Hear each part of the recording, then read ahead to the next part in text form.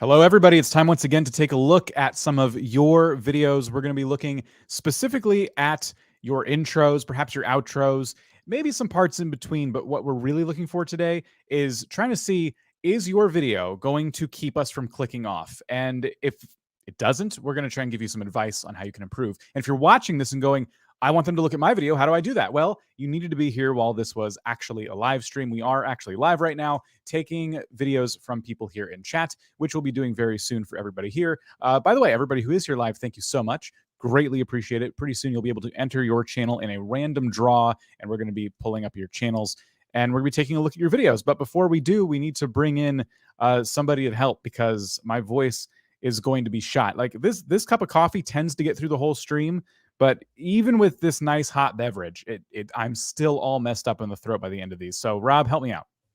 Hey everybody, welcome to another live stream. I was just looking through the comments and somebody was talking about intros on one of the messages, but I couldn't find it before it disappeared. It said something along the lines of, whenever Dan does an intro, it gets cut off. And I thought, that's a bit harsh. I was trying to find it because we have different styles of live stream intros, don't we? In that when I'm doing them, I play this wonderful video thing for the first 30 seconds, but you just like to jump straight into it. And, you know, maybe we should check out the audience retention on these live streams. Although it seems a little academic because like the first 2 or 3 minutes is more of a case of notifications being sent out, people joining. You kind of don't want to really get into the meat of a live stream until you're like 5-10 minutes in, because that's when the concurrence starts to level out. But yeah, it's just interesting how people were talking about our live stream intro as we're going to be doing live stream about looking at your intros. So fair criticism, fair conversation. I always worry about hitting the go live button and starting to talk, and the buffering is catching up, and so the first couple words get cut. But I always go back and look at the recording, and then they're there for the people watching this after the fact. So that is true, but you're not, you're not missing much in those first 2 words anyway. So don't worry. I've noticed that everybody who uses StreamYards, their live streams start like this. Welcome to the live stream. You know, there's that 2 or 3 seconds of. I know the browser told me we've gone live, but I'm not convinced. Yep. Yeah. Whenever you're looking at past broadcasts, that's what happens. So before we tell you the hashtag of the day to get your channel on the list here, I wanted to show you, I did a poll, a bit of a cheeky question here. How long is your average YouTube intro? And the majority of you are trying to pull one over on us and say, you're saying 0 seconds. Right answer. Right. I'm expecting to see a lot of videos today that jump straight in, just like we did it for this live stream. No fluff, no muss, no 10-minute long conversation before the video starts like this video is. It just jumps straight in. So we'll see. We'll see how many. And then 8% of you admitted to doing super long, crazy intros, and you lost track of time. And we'll try and fix that for you today. At least 37% of the channels we watch today should not have a branded intro, according to this data. Let's see if you can prove that right. So the way this works is that we have this fancy giveaway tool, thanks to StreamYard, which we can put in anything we want in this hashtag space and make this very easy for you. All you have to do is use whatever hashtag we pick right now, and you use it one time only, and you'll be in this drawing for the whole live stream. So once you use it, sit back, enjoy your coffee, your tea, your water, and see if your channel comes up. So the hashtag for today is, I don't know, blurt something out. What should I do? Not review. Since everybody is trying to jump the gun and typing in review, you have to not review.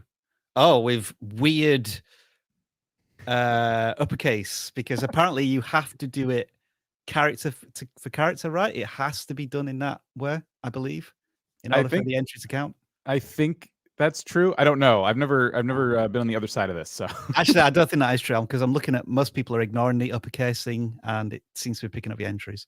Okay. Well, there we go. So already 42 of you, 42 people who don't have to type it anymore, 70 people who don't have to type it anymore.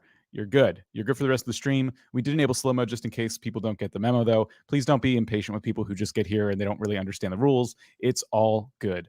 We're just happy you're here. And then partway through today's stream, we're also going to be taking your questions. So as we're doing this today, if you think of some questions you would like to ask related to, what we're talking about, write them down. And then about halfway or so through the stream, we're going to stop. We're going to take some questions. Then we're going to go back to reviewing videos. That should be enough time. We have 166 entries now. why don't we go ahead and take a look at the first channel? These folks are fast. They understand how this works now. Good job. Yes. We've trained them well. We've trained them well. And the first channel is Let's Dev. Oh boy. Okay. Why went there we go. It's being very temperamental. I will pop over here. I will put your channel name in. I will hope you pop up right away. And you do. If you don't, Yay. by the way, if you don't, we're very sorry. Sometimes channel names can be kind of generic and they're hard to find. And then you kind of have some branding advice, something to work on. So as I suspected, it looks to be a game development channel. So maybe we'll take a look at this latest video here, making a game with a random engine. And just by the look of this, it looks like they've added stakes to game development, which is kind of interesting. So let's see. Hello guys, today we are making a game using a random engine. I got here spin wheel on wheel of names. Here I have a list of 31 game engines. And now we are going to spin it and see what game engine we are using today. Okay. Let's see. Adventure Game Studio. Now let's see what it is. Oh, so it's that point to click engine, so I'm gonna download it. And Interesting. That's about 30 seconds. Initial thoughts are that you had the text popping up on the screen. You Mr. Beasted it. You know, you went in and you said, "This is what we're doing today. We're using this random engine." I liked that you were utilizing sound effects and music. I liked that the music stopped when the wheel spun up, just to kind of make it more dramatic. It was kind of funny to hear you go, "Okay," just kind of sitting there anticipating what the heck is this thing going to spit out at me.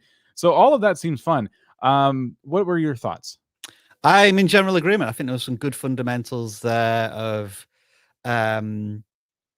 somewhat repeating exactly what was in the title and the thumbnail a little bit. It didn't add any more to that, I felt. And so, you know, as you were saying, Dan, that perhaps some stakes were maybe being added, maybe a little more excitement in terms of like what. So this is what's going to happen, but then teasing something that actually happened later on. Can you just mouse over the timeline just to see? So they're still using the spinning wheel at this point. So yeah, you see, there's actually some gaming and what that's a minute in. I was hoping that maybe they could bring some of that in the first 15, 20 seconds as perhaps some B-roll or like an exciting clip from later on.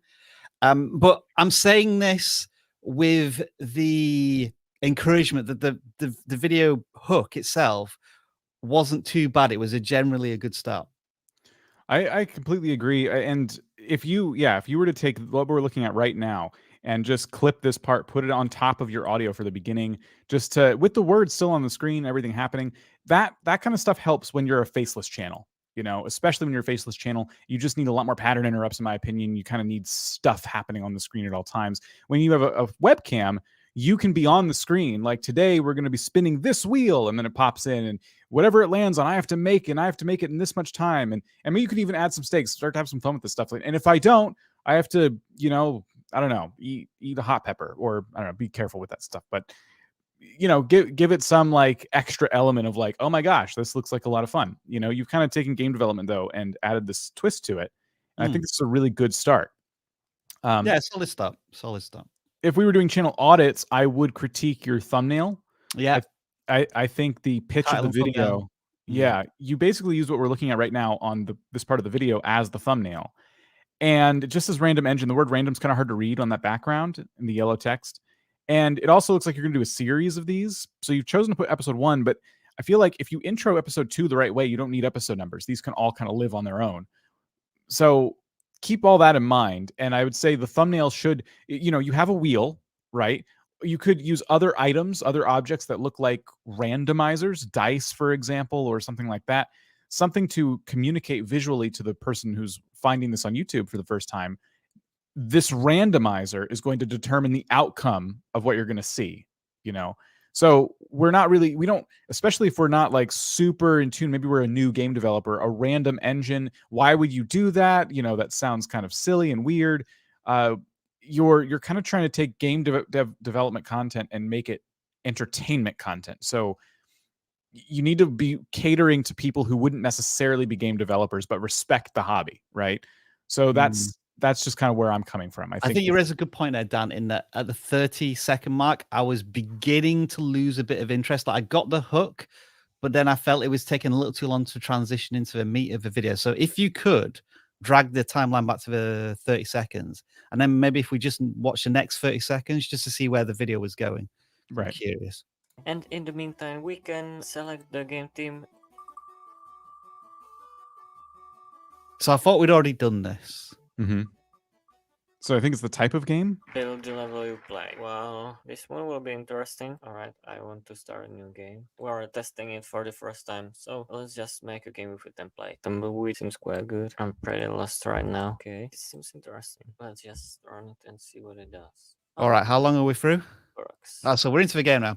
See, there was 30 seconds there where me, as maybe I've never used, I'm a gamer, Right. but it felt like there was some complicated screens and a little bit of jargon there, and so I was kind of losing interest from a casual viewer. And so I think maybe some simplification there may be of benefit.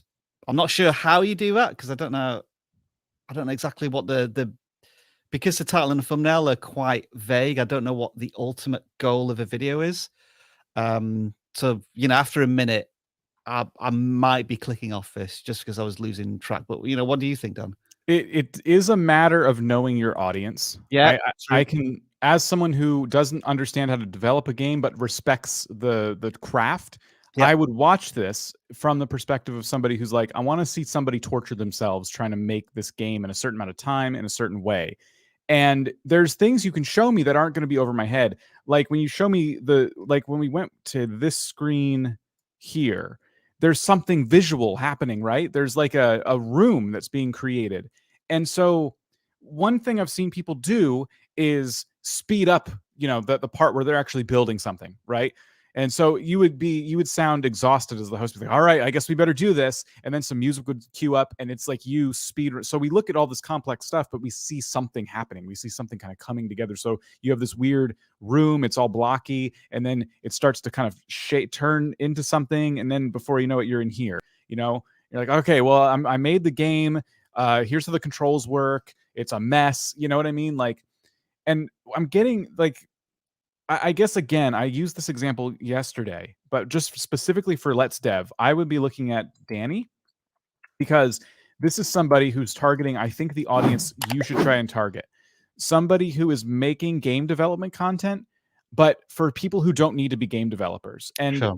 I'm not saying to mimic his humor. I'm saying the technique is what you want to be looking at because none of this is really over your head. Want me to play just a little bit of this? Yeah. Okay, so this guy made a Squid Game style game. It went on Steam. It got really popular. So he kind of documents some of that in these videos. Mm-hmm.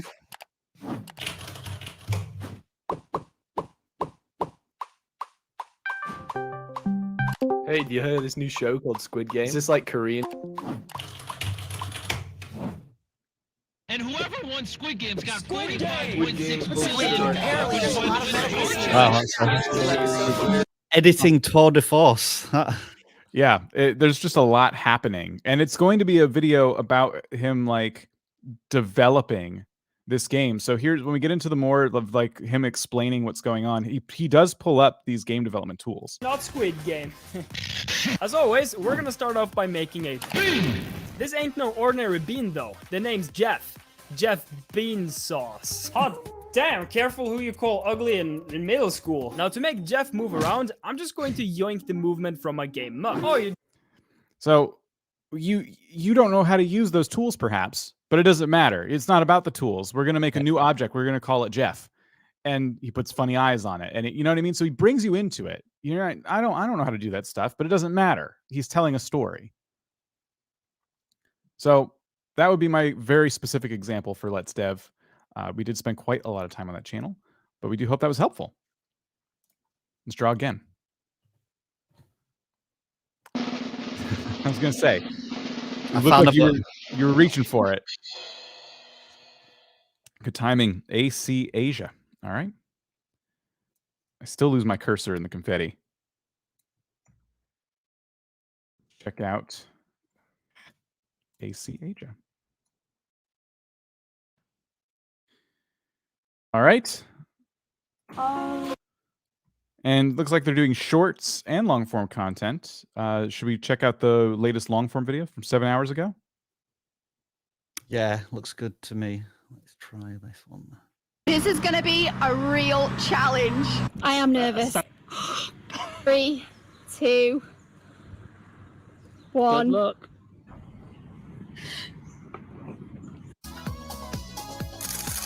Ah, ah, ah. In All right, time pause it. now. So I thought that was a very, very good hook. Yeah. They weren't doing the typical, hi guys, we're here in Thailand and we're going to try some fruit. It was like getting to the important clips to set the scene. And then there is that moment of tension. They're trying something. Is it going to be nice or not? I guess, again, moving on to the next level, like you've done the first bit really, really well. Are the stakes high enough in this YouTube world where people are going to more extremes and whatnot? And I don't know. I don't know if it was exciting enough, maybe for the seasoned travel vlog viewer, and that maybe that's a little bit harsh on that point. But you know, I'm thinking of the next thing, Dan. After like, Yeah, they've got the fundamentals very solid there. Then there was that branded intro splash screen. Me personally, I would be thinking about not bothering with that. I mean, it was relatively short, so you know, if you do want to keep it in, it's entirely up to you. But yeah, I'd be giving. I'd certainly, if I was interested in travel vlogging and sampling some food in Thailand, I'd probably be happy to continue watching. You know, they've got me in for the first 2 or 3 minutes. yeah, I would say that. I think I felt like the branded intro was placed properly. If you're going to be doing something Correct. like that, It was, yeah. I felt it was still too long. It kind of the music didn't. There was no point where it felt like the music was like reaching a crescendo where it was going to end, and you're kind of like, oh gosh, how long is this going to go on? Because I've seen them go for like 20 seconds.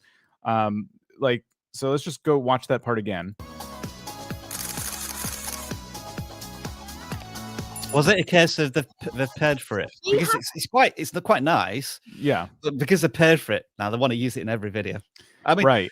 I mean, as a simple test, you know, just maybe not use it for 3 or 4 videos and see if it has any impact on audience retention at that point. My guess is in those 3 or 4 seconds, you may be losing perhaps 5% of your audience, because what you're doing there is that rather than gradually allowing the viewer to decide whether or not they want to stay on the video, you're putting like in a hard stop and saying, right, while this intro is running, do I want to continue watching this video? And it becomes more of a binary option, stay or go. And you know, as I just said there, Dan, despite that branded intro, I think the hook did enough for me to continue watching. But is it needed? Yeah, I would always argue it's not. If you were going to do that, I say you could do that for like 1 second, and that might seem a little weird. But what if, like, hear me out? What if it popped up after this moment where you're like putting your hands in your face, right? Yeah. It pops up and it's literally this screen right here. So you hear the music and that's it.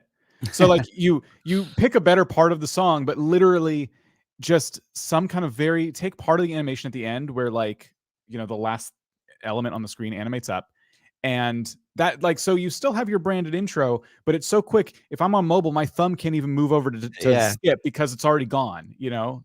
All right, we're getting into branded intro semantics here. So here's my take on this, Dan. Just go back and let's play the entire thing, the entire branded intro. Oh, branded intro. Okay. Yeah. I think it was at like 15 seconds. All right. So the bit I would use, that's it. You know, just where the photo images popped up. Yep. However long it took to make them all appear, that's what I would use as the shortened version of this. The commitment here is what I'm really concerned about. Videos every week being in the banner is one thing, because you can just change the banner. Yeah. If you ever decide to post less regularly, which a lot of creators get to a point where they just do, especially as a travel channel, anything could happen where you have to postpone travel for a bit. You will feel this guilt because you, in every single video now, you say there's videos every week, but I've pared back to videos like 2 a month or something. you know, that's going to hurt just emotionally. Maybe it won't hurt you. It would hurt me because I've used to do stuff like that, and it definitely weighed on me. Like, oh, I promised my viewers. So you could show the screen, get rid of the videos every week part just to protect your time, you know, and then yeah, it could be a really short screen. The pictures all pop up on the screen, and you're back into the content. But even that, I would still argue, is an invitation to where if you had any doubts when you clicked on the thumbnail, you're reintroducing the element of like, hey, this is a good time to stop if you're done, you know?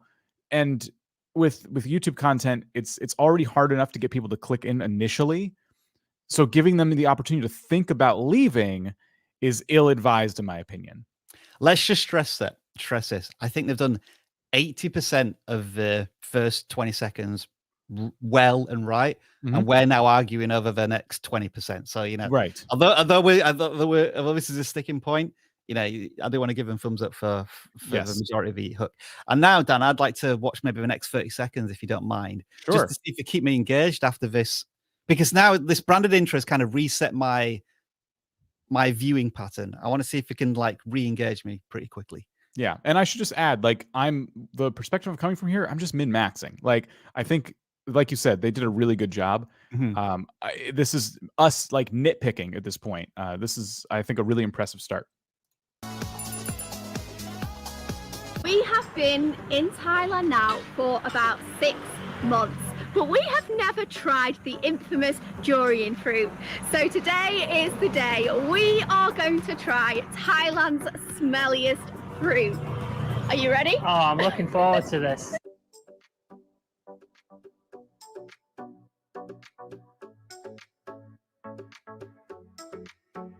Could maybe do with some voice narration here, perhaps. Yeah, this would be a good, like, the next clip that's about to play. I feel it coming when they start talking. I would have brought that in already, that audio, but kept all these B-roll shots. So they're still like walking towards this market, perhaps, but the market's already, you're kind of already in the market, you know. Look up some like J cuts and L cuts and things like that to kind of, you know, understand the technique. Let's just keep playing to see when they come back on. Because Here are the durian fruits. Now, we've been told that this is durian season, but all these durians here are actually the same. So we're just going to, because we don't want a full one, so we're just going all right, pause it there. So just me personally, I think the pace is really slowed down after the hook. I sense that this could, and you know, I'm judging this on the first minute. I'm sensing this video could be like 8 or 9 minutes rather than the 15 if it continues to go on at this pace. Right. And you know, this is just an editing critique. This is a case of try not to worry too much about audience retention. Try to worry more about audience satisfaction. So you know, people may watch for less time, but if they enjoy that video, they're more likely to come back to your content. That's perhaps the attitude and motivation you may want. But having said that, the argument may be that you've tested the length of these travel vlogs, and around about 15 minutes is the ideal sweet spot. But for me, I'm starting to internally say, yeah, come on, get on with this a little bit. That I don't know if that market montage was required so soon. My guess is that you're going to be talking about these fruits for another 30 seconds to a minute. Then what are you going to do? You know, does trying this Duranian fruit, is there a 15-minute video in there? And that's a question I'm asking a minute in. Right. I guess that's my concern too, because we know that the scene of you actually trying the fruit isn't that long, and there'll probably be an additional scene where you're reacting to it. So is that at the end, and you kind of look and there's the table again, and it looks like there's no fruit anymore, so I can see your hands. So, oh boy. Okay, so where's the actual, there's where the hook ends. So here's the reaction. Dude, I can't look at him. Yeah. He's gone like I think. So I see where this is kind of going. Like, okay, they didn't like it, right? After that, what, like, so you're drinking some water, so there's a bit more reaction. But from here, I feel like what's that the other half of the video, like what's being said, you know, was this needed? Anybody else try one? Like they cannot be sold in bulk. Honestly, like, no. I don't even care if that's one, and then the rest you have another type and it's sweet. I still wouldn't try the sweet one because I know what that one tastes like.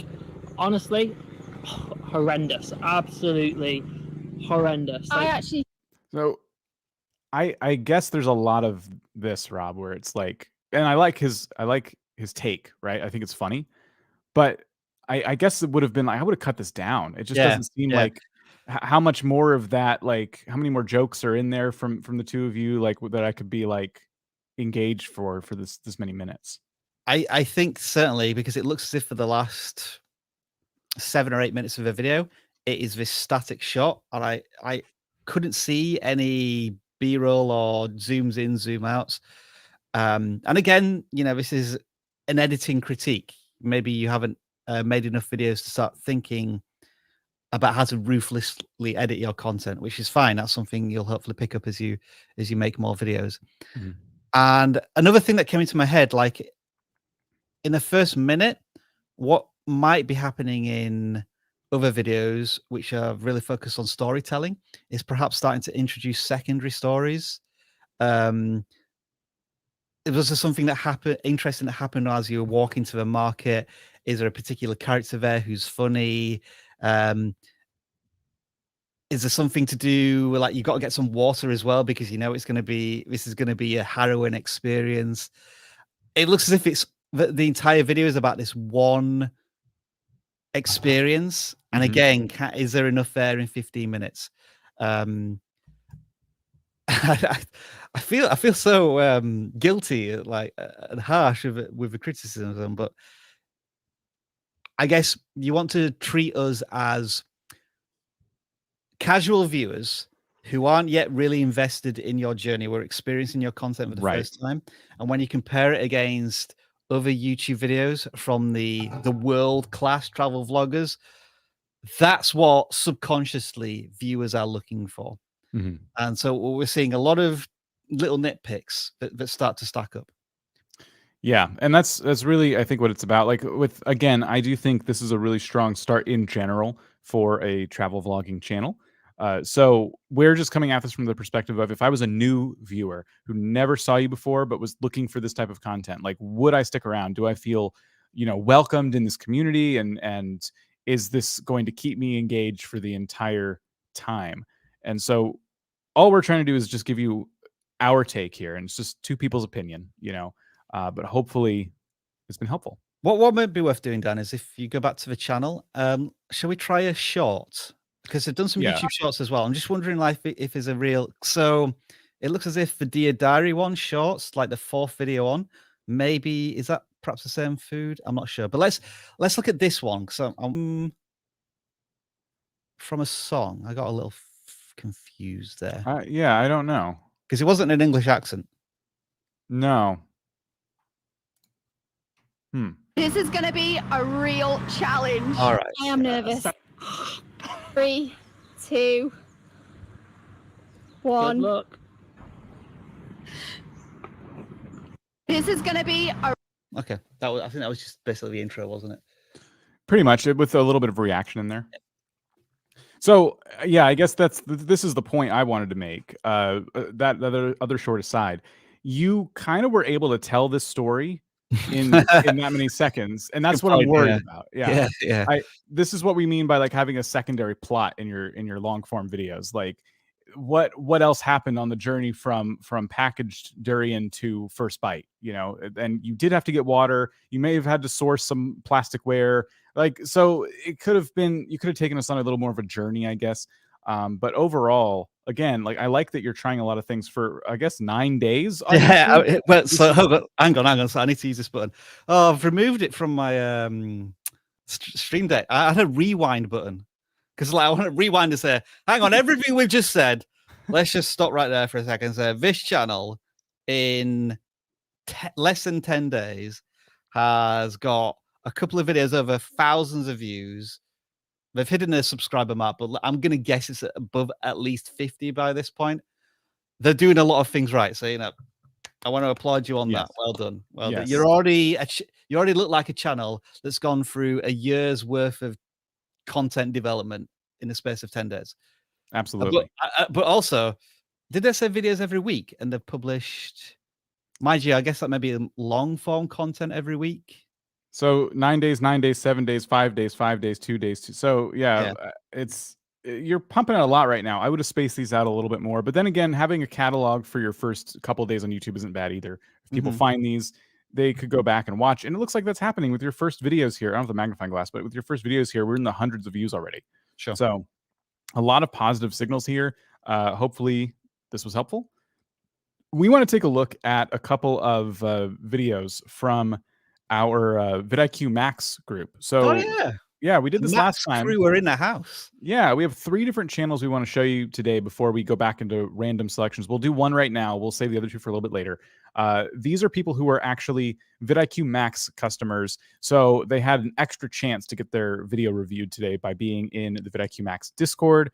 Link is down below. We'll be talking about VidIQ Max throughout the stream. The channel we want to show you right now is Drew the Human. They are, close to 1.5K subscribers. Things are moving along quite well. And we wanted to take a look at a little bit of Drew's intro and see if there's anything that jumps out at us. I wanted to do a react to this video because this guy's outcomes on Tinder are, I think, very indicative of how most men experience Tinder, and certainly how I experienced Tinder before I cracked the code, so to speak, of getting my profile to be seen as a top 20% man profile on Tinder. Hey, it's me, your brother. All right, stop right there. Stop right there. So that was about a 20-second intro. I like the fact that he just literally, you were just dropped in there immediately. Just go back to the very beginning. I want to, what was the first sentence? I wanted to do a react to this video because this guy's outcomes on Tinder are, I think, very indicative of. I would have started with this guy's outcomes on Tinder. Yeah. But that's, again, we're nitpicking. Sure. We're looking at a 40-minute video. And I noticed a lot of the videos on this channel are quite long. Now, you have access to your data and we don't. So you may have done some tests and you understand your audience is there for a 40-minute video, especially with really concise chapters and things like that. So I won't think about that too much, but just looking at the chapters, we have data, his yes ratio.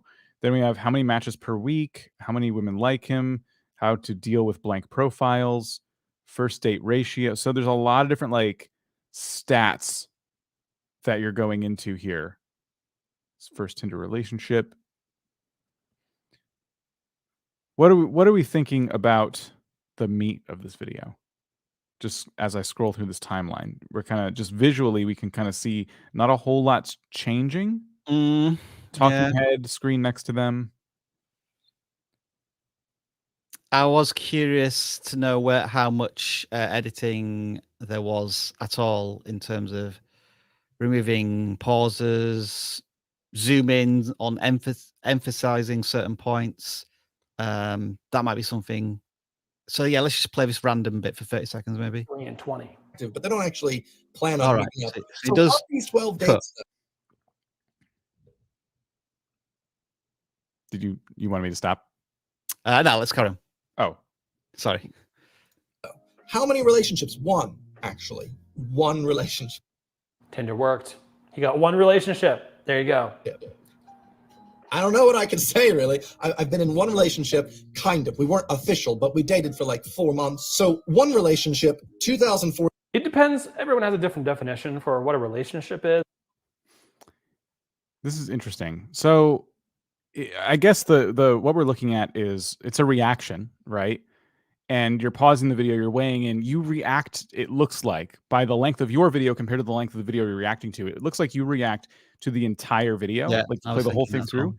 And you're not editing down this react to just like the highlights, right? You decided to react for like to every like second of this. And I do think it's transformative content. I think you're fine. Sure, I agree you with know. that. Yeah, it's not reused, not Right. repetitious. Yeah, I think legally speaking, you're fine here.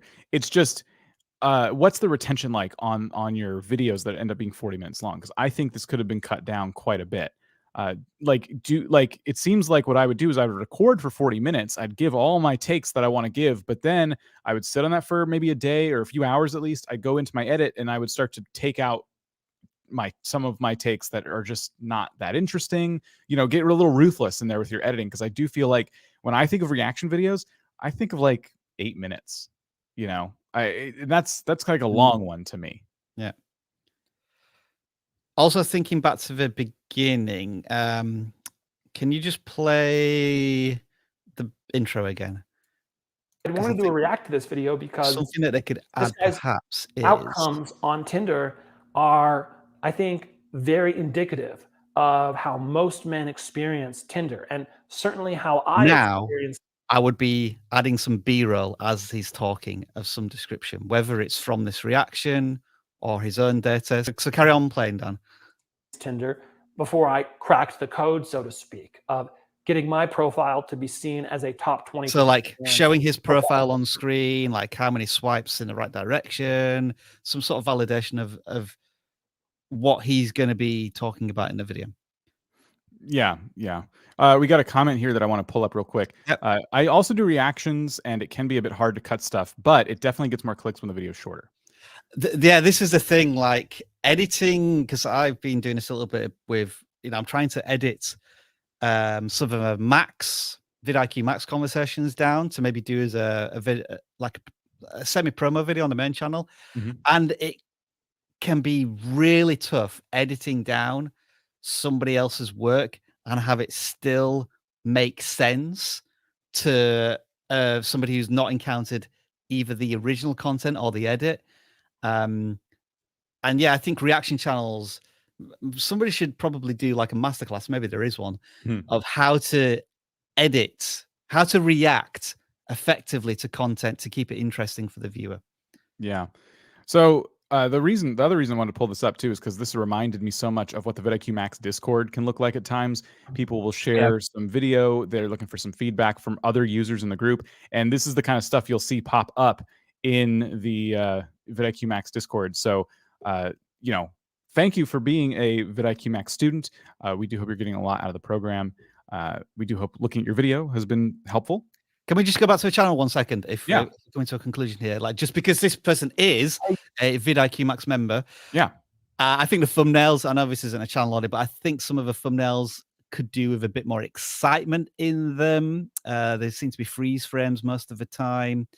And especially with dating advice, you almost need the thumbnail to slap you in the face with some sort of revelation about relationships and dating and whatnot. And I'm not getting, he swiped 143,000 times on Tinder.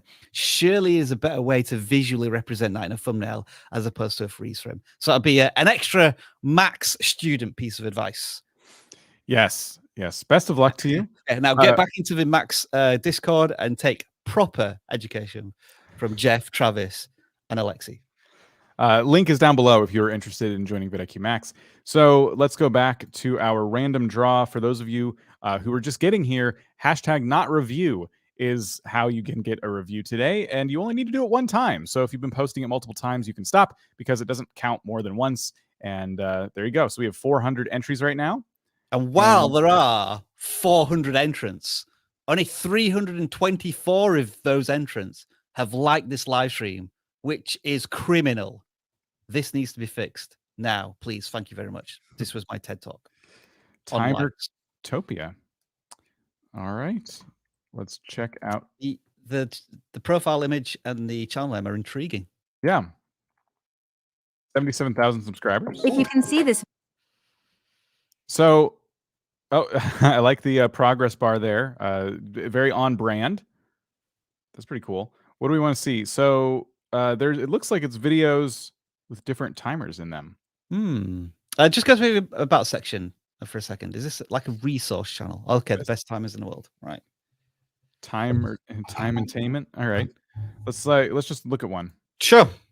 I'm going to talk over this a little bit to make sure that we don't get caught by copyright music, perhaps, just in case. So what we're seeing here is I guess an asset. Yeah. I'm assuming this is going to be an asset that somebody could download perhaps and use in their own videos. So already let's look in the description. Is this correct? See why I'm talking, Dan? Because Yeah. music in this video is some sort of copyrighted stuff. I thought this was on the YouTube library.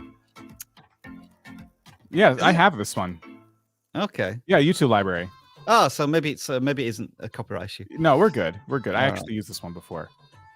So, well, I want to see the animation at the end.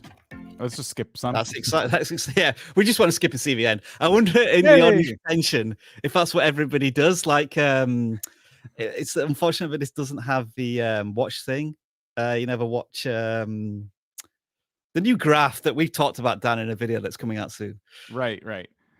We need that right now. So it's a channel that's delivering on the promise. It's literally a channel full of timers of all different lengths and animation styles. And I'm guessing the idea is that you would use these if you were doing some kind of event and you wanted a cool animated timer to put on the screen for everybody at the event. You could use it for something like that. It's incredible how many views these are getting. Try the overcharging phone battery one. I wonder if that will have the view graph on it. It does. So people do skip to the end. As you can see, look, people are. That's the most replayed bit at the end, which is funny. It's hard to really critique the intro on this, since it's not an intro in the traditional sense of a word. Yeah. I think these videos are delivering on exactly what's being promised. We've never seen a channel like this. No, never. I think the views speak for themselves. Yeah. So just go back down to the description now. I just want to check. Have these been offered for people to use? Watch next. Get notified about exclusives. Giveaways. Okay, interesting. So here's some watch next videos. Join us in the comments. We like to have fun. So it doesn't say if I can use it anywhere. Okay. Because like, what if a tech channel wants to use this as a countdown to the beginning of a live stream? Am I allowed to do that? Right. I don't know. So that would be this, because for some reason, I don't normally think to go into the description of videos, but for some reason with this channel, I just had that instinct to just kind of scroll down and see what I could learn about what I'm looking at. Because I clicked on a timer video, I'm getting what I asked for. Okay, now I like this. What if I want to use it for a project? And like someone using it for a school project or something, you wouldn't know about it anyway. But for a big event, let's say a corporate event wanted to use one of your timers, how could they get in touch with you? What are the rights? Like what can they do? So that's just some stuff to think about. On the flip side, can you do the Mission Impossible one? Because there might be some IP issues with this. Okay, so they're using I don't know, maybe a royalty-free version of a Mission Impossible music. Mm-hmm. The thumbnail does have a Mission Impossible text and logo. They did license the song. Okay, then fair enough. Then that's no problem as long as you've got the license. From Licked. So yeah, they've. It looks like they know what they're doing in that respect. It seems like they're just making timers for fun because, like the pinned comment, your mission should you choose to accept is to like and comment before the bomb explodes. So it's kind of like challenging the viewers to, and I noticed before, join us in the comments. We like to have fun. I think they're creating a community around these timers. But how well? Scroll up. This has got what 15,000 views and how many? You see, this is very passive. Yes, entertainment. It's very difficult to build a community out of this because they're trying. People are just watching this because they want to see the visual animation and probably the end of the countdown. Mm-hmm. I'm just trying to think of the goals of the channel and the creator, and that's what it seems like they're trying to do.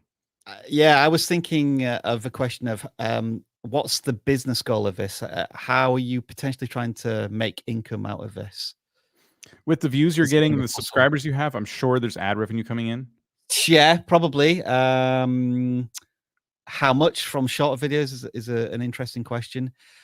Again, we're not doing channel audits here, but I think one of the reasons why these videos get clicks is because of this simplistic chaos What I mean by that is you look at the thumbnail, you can see a timer in the middle, and then you see this squiggle of lines, which usually might look chaotic, but it's just telling you two things. There's a timer, and then there's a fuse. And that's all you need to understand from the thumbnails. And I think that's why they work really well. Yeah. So what's the advice here, Dan? I don't know what the advice here is. It's like you've found a niche, you're kicking ass. I mean, maybe you want to try and tie it into cultural things whenever you can. Like, could you have done something in relation to Top Gear with F-14 Tomcats flying around the screen when there's ever a big release on something? But again, you got to consider the IP tie-ins and whatnot. And what was most popular? Did you sort by that? It was, yeah, I did. A 2-minute timer with music, electric. Okay, cool. So they've been at this for a long time as well. Yeah, a couple of years. They built it over a good amount of time. And community, are they doing anything interesting, exciting with the community tab right now? Which line has the most French fries? Okay. They're trying this malarkey, are they? It's getting some votes. Each to their own. That's hard. Oh my gosh. Which one is it? I guess it was the first one. Solve. Oh my goodness. The math. Yeah. So there's quite a few votes on these. I would, given your subscriber count, time to pick all of those emojis out and put them in a line like that. I know. I would be playing with the format of your community posts a little more, because you've been doing this for a bit. You're getting consistent votes. Yeah. But we know a channel of your size can get way more votes. We've definitely seen that. So I'd be trying that. Like, you've done this one for a bit. Is there another fun style of community post that you could try? Yay! Thanks for using that certificate. Yeah. I do want to check the about section. I just want to see what the total number of views are. Yeah, you see, that's the challenge of a channel, is building engagement and community, because people aren't necessarily watching this to get subscribed and learn more about Timertopia and be really excited about the stories and stuff. But I guess this is kind of like TikTok consumption, but a slightly longer video length. There's not much of a relationship built up with the creator, but because maybe they are one of the biggest channels doing this on YouTube, they're commanding that much of an audience. So what if somebody else tried to muscle in this area? I guess you're just going to have to make these timers more elaborate, graphically more impressive. That's kind of like the challenge going forward. But generally speaking, awesome stuff. Yeah, indeed. We're going to draw again. Those of you who've been using Not Review, we have 455 entries now. And it kind of puts into perspective my terrible efforts at the countdowns I do sometimes on the channel, Dan. Like the VidIQ Max one. Those are hard. It took me hours to build that. Yeah, it's not easy. It's really hard. All right. So I'm not exactly sure which ones we should look at here. I see a couple of ones about vehicles. I guess it's just about life. Certainly like some channel focus issues. Yeah. I think if we were doing a channel audit. All right, guys, it's been a little while since I put this video up, this first video, and I haven't done anything else except I went down to my K5 Blazer where I've got my Subaru parts stored, and I got that cylinder head right there. It's a U cylinder head. It should have a good valve guide in it. I've already put the valve down in the guide. It feels nice and tight, smooth. So now I need to get that guide out of that head without damaging it. And I'm not exactly sure how I'm going to do it, but I told y'all I'd take you with me, so that's what we're going to do. That was 30 seconds. What, do you want to start on this one, Dan? Sure. So whenever somebody comes on, no matter what they're doing on YouTube, whenever I start to hear the words, "It's been a while," I get a little bit nervous for how long the apology is about to be. It always is like that, isn't it? Like if there's been a break from uploading, there's always the start of like the hat in your hands, like, oh, I'm sorry guys, it's just been so long since I made a video. you know, so you didn't do that, but it was that, like, you know, this is my first time here, and I see it's a part 2. So when you were saying it's been a while, what you're trying to say is it's been a while since part 1, you know, so maybe you've been keeping up with your upload schedule, but it's been a while since part 1. But if you're worried about that, instead of saying that, you should assume that someone like me who's new to watching your channel, you should just bring me in. I didn't see part 1, and I'm not going to watch it. So just, you got to solve for that now. So bring me in and say, I'm building this, you know, in the last video, I got it to this point, but now today we're going to be doing this, this, this, and this, you know. I'd go from 30 seconds to about 7 or 8 seconds to bring me into the fold and say that. There's a fly in here. What is with this room, man? Yesterday was the same thing. I live a clean life. I don't know what's going on. Anyway, you go.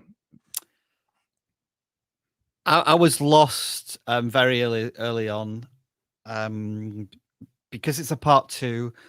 I feel as if, and if you're going to emphasize that there's a part 2, I would need to be brought up to speed as to where you were at, whether it be through some B-roll of the final parts of part 1. And yeah, there was that classic 20-second point. I'm too distracted by Dan right now. I'm so sorry. There was that part of them talking about their life where, you know, sorry, I've been a while and I had to do this, this, and this.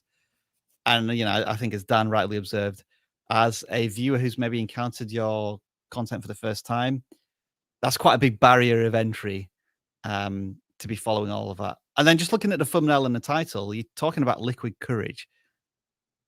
I'm kind of assuming that maybe you're going to pour some of that into the valves or something to lubricate it as a random guess.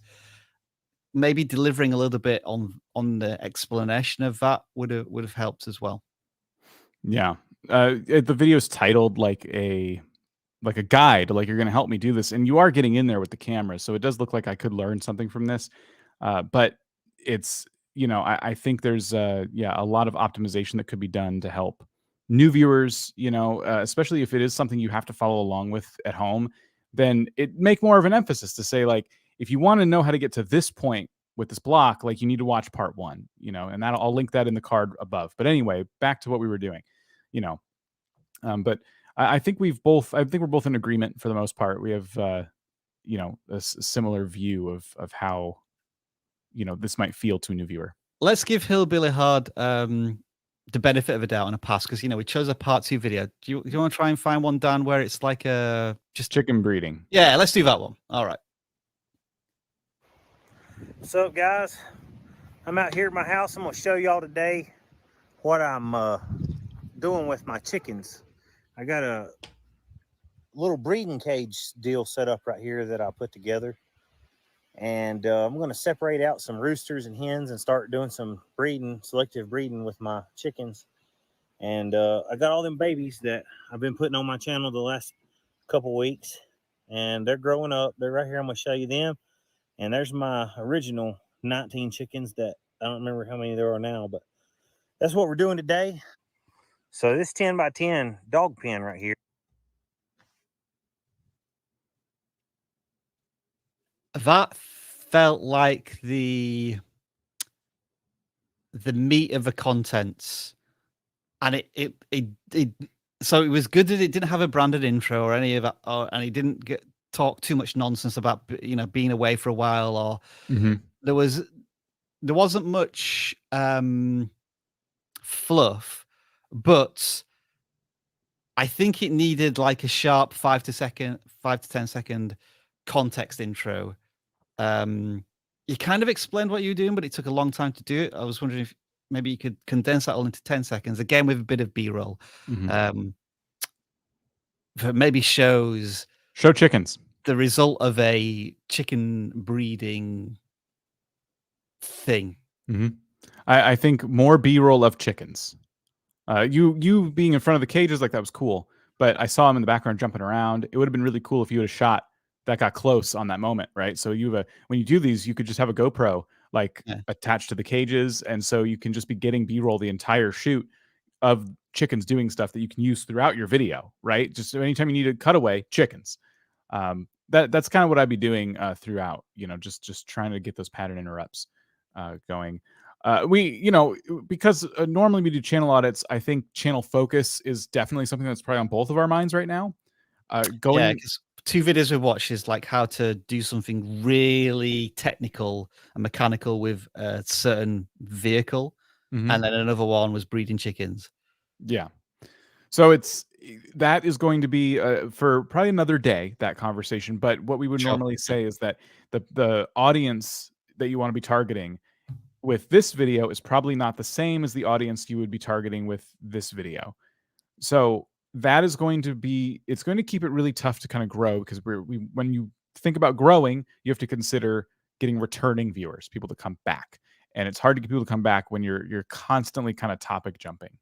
What does the about section suggest about what they're into? A genuine hillbilly from the Blue Ridge Mountains of Virginia. I shoot guns, hunt deer, and fish. Plus, I'm a mechanic by trade, so you might see some mechanical videos pop up in the mix. Thanks for watching and subscribing. I'm striving to make excellent content that people love to watch and share. So it's that, I think it's that sentence at the end. I'm striving to make excellent content that people love to watch. The question here is, what people specifically? Mm-hmm. That's the ideal viewing candidate that you need to identify, Mm-hmm. and then focus on that ideal viewer for the next 10, 20 videos. Dan did a pretty effective look into this. Very different audience, Pokemon card collecting, but it was just Pokemon card collecting. So for you, it might be just deer hunting, or just fishing, or just building, repairing cars. Yeah. I don't think you can mix all of them just yet. Dan's paranoid. It's very distracting. It's just in my face because I have the lights. It's the brightest thing in the room, and it's attracting the fly. It sucks. So sorry. Okay, that will be a distraction for the remainder of the live stream, and I do apologize. We're going to take another look, though, at a VidIQ Max student now. We're going to look at the indie journey. Speaking of games, this is, well, you mentioned Pokemon cards. That's why I said that. This is a channel about indie games, and they are a VidIQ Max student who very recently, since joining VidIQ Max, did reach over 1,000 subscribers. Congratulations. Awesome work. And look at those last 2 videos, both getting some very good views. Yep. This is exactly why we want to just stress the value of VidIQ Max. You see an evolution in thumbnails, in the views, as of just a few months ago. Some videos, 100 views, 400 views, but lately, the last couple of videos, over 1,000, right? It is going to depend on games and things like that, but the indie journey has said themselves that VidIQ Max has greatly increased the speed at which they're growing. Can you click on the stats box? Oh, yes. Right on the side. So in the last 28 days, I believe. Yeah. That's what we're looking at. So an increase of 327% in subscribers and 122% in views. Awesome stuff.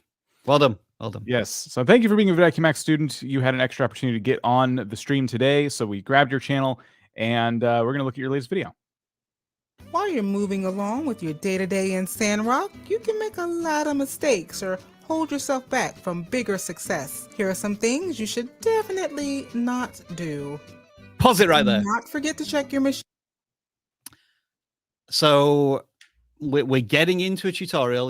We assume that from the thumbnail and the title, it's going to be a tutorial. Mm-hmm. And they basically explain that in a nutshell in the first 10 seconds with some scene changing. And I think this is where the strength of the creator developing a presence. That was a very distinctive voice, a very, very distinctive, quite charismatic. Yep.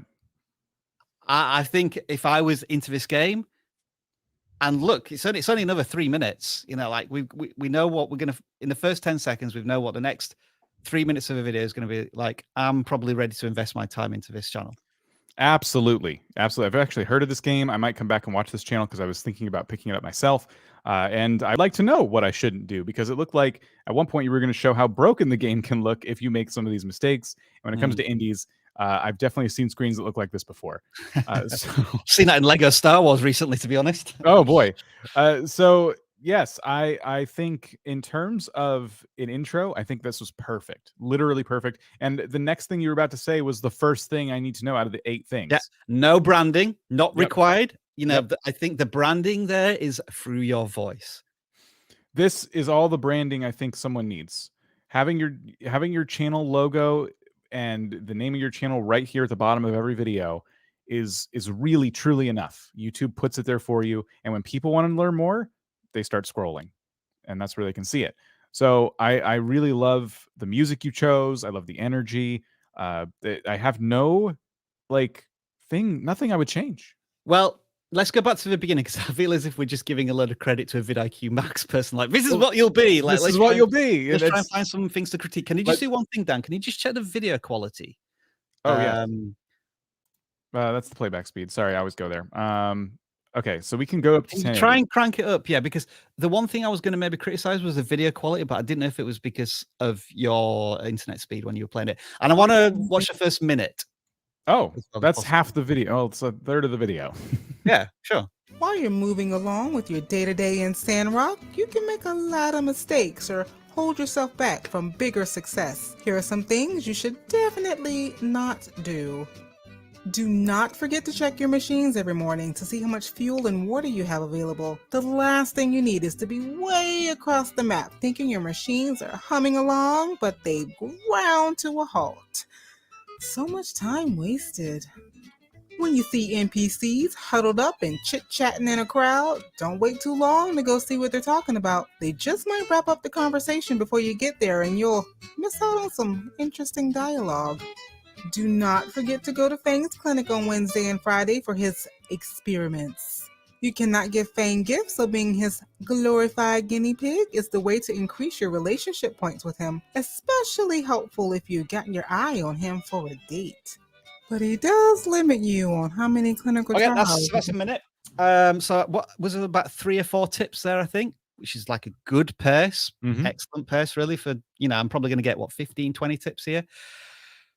I think this creator needs to just lean in a bit more to their unique presentation of the content. You know, the education is certainly there. I thought there was maybe some opportunities for a bit more humor in some of us. The editing was really good. There was that one scene where it showed the person maybe checking one of the machines, and then it transitioned to this really interesting shot of them driving across the landscape, which was pretty cool. But I think through just making more content and being more brave and experimental with the way they present things, they can add more uniqueness to their presentation. So that's, you know, if you're looking for a bit of constructive criticism, it feels like you're on the path, you're on this journey, and I think with just more content that you create, you've got the fundamentals down. Yep. In terms of you are giving the viewer what they want to watch and why they should be interested. Now I think it allows you to have a bit more creative freedom and expression using your own creative style. Yeah, I think one thing I was kind of sensing from some of the tips, they wrap up and each one leaves me wanting more. And I'm not saying you need to make the video longer. I'm saying you had permission to maybe make it a little bit longer. But it did prompt the idea to just throw over to you. You could perhaps with all 8 of these things, but maybe just a handful of them, you could make whole separate videos on them. For example, dating the other characters in the game. So you could talk about all the different characters you can date and then the things that you can do and mistakes you can make to kind of hinder that process. So there's a lot of video ideas that I'm thinking of just by watching this one video. So that could be, you know, just something for you to think about.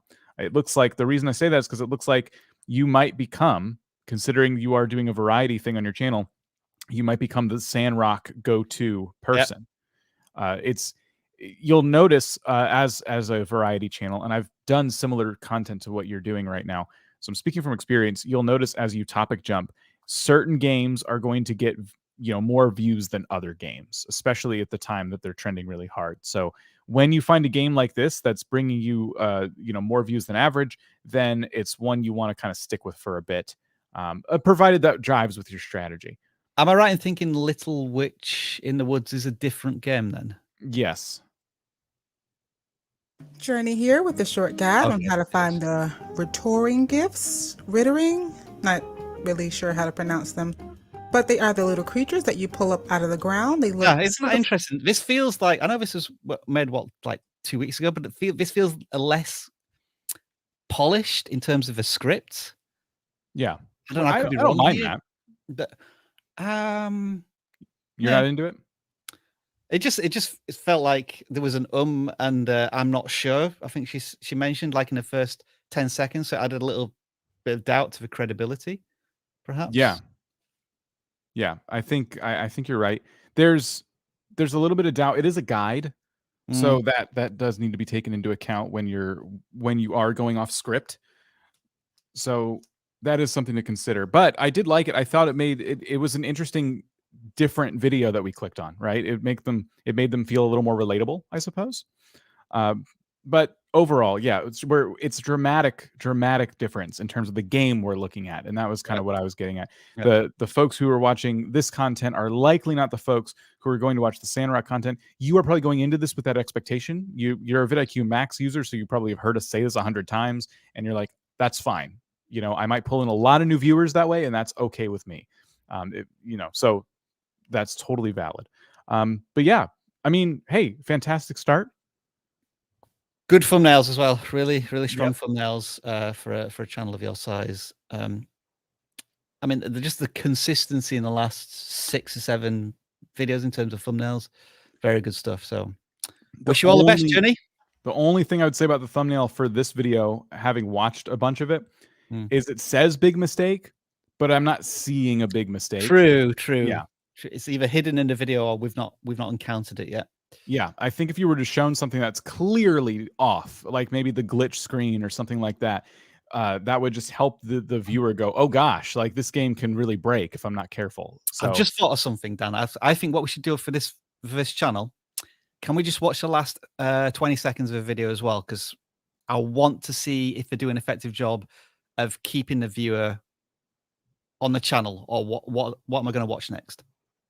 All right. Match also means losing relationship points, so you might not want to risk it, unless you want to risk getting a broken heart. Oh. Need some more My Time at Sandrock tips? Be sure to check out this video right here. Jeez, I was not prepared for this battle. All right, so yeah, so that's interesting. The call to action was a little weak, wasn't it? Because what was it? Something along the lines, if you need more tips, check out this video over here. Sounds like the creator didn't know what video they were going to push them to next. Now, maybe it's because you want to send them to the most recent video all of the time, or you want to send them to a video that you've not made yet. Understandable. You're only doing one call to action there as well, which is good, but I think there's a missed opportunity there. I think you should be telling people, this video is about big mistakes. What is a natural fit to that one? Now, currently, it looks as if you've only got one other video, so it might be. So those are the big mistakes. But if you're an absolute beginner and you want the 15 best tips to get you started on this game, then check out this video over here. Because it already exists.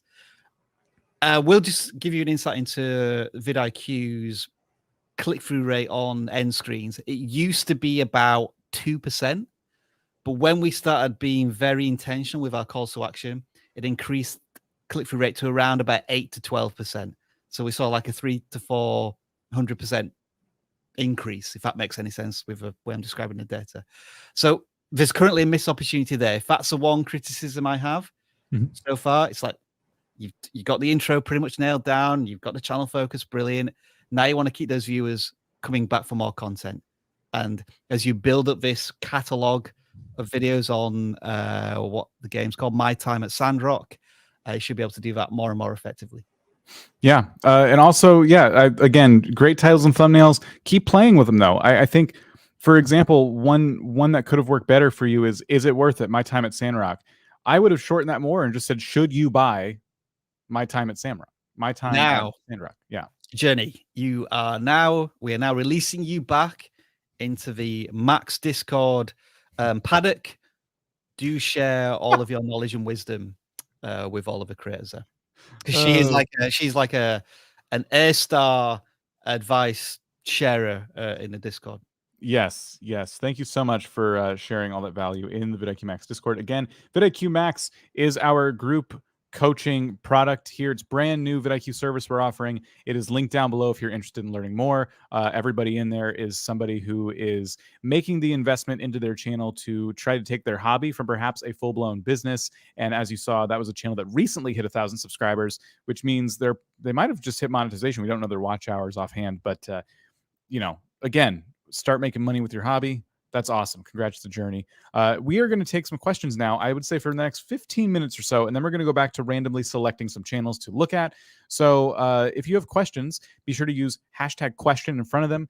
We did ask you earlier to, if you think of anything, write down your question. And once we get to this portion of the stream, we'll talk about it for a little bit. We will take your questions. So yeah, for the next 15 minutes, then we'll get back to looking at some videos to review. We typically answered questions on Wednesdays during these streams, and we want to make sure we continue to do that. One question I saw earlier, following pop culture trends mixed into my niche, which most people don't do. Is that a death sentence? Sorry, Don, I'm just starring some of the questions. Do you want to start on that one? Can you say that again? I'm just starring some questions, so I've got some to come up with. Oh, right. So following pop culture trends and mixing them into my niche. So it's kind of interesting that you say which most people don't do. I wonder if you're talking about specifically baking channels, because it says give it a go bakes. I'm assuming it's a baking channel.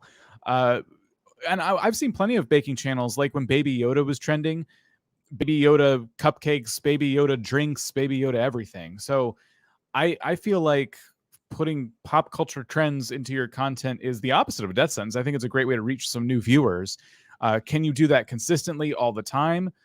Maybe not. Maybe there's only certain pop culture trends you're interested in, but I'd say that's all right. There'll be certain videos that rank really well and pull in a bunch of new people, and then a subset of those new people will stick around. A great example of this is Emily Baker, who just covered the Johnny Depp trial and Amber Heard trial, and was getting 100,000 concurrent viewers plus. Whenever we popped over there randomly to see how the streams were doing, over 100,000 concurrent viewers. Now that the trial's over, I looked yesterday, it was about 25,000. But when we first met Emily, 10,000 was the highest that she would get concurrently. So insane numbers, whatever way you look at it. Right. But doubled her concurrent viewership. Yeah. Did she keep 100,000 people? No, but that was all right. Like the overall, the channel, now that things are settling back down, double concurrent viewership from what it was previous to the trial. Typically, and assuming you're a baking channel, what you're trying to do here is use your existing skills and talents, but attach it to something which has a broader cultural appeal. And so, yes, you may get in an audience that's interested in, let's say, for example, you're going to bake Obi-Wan Kenobi's lightsaber into a cake. I don't know how you do that. Well done if you try and do that. Now, you may have been making this cake with those flavors anyway, but if you were just going to design it in a way that appeals to a broader audience, then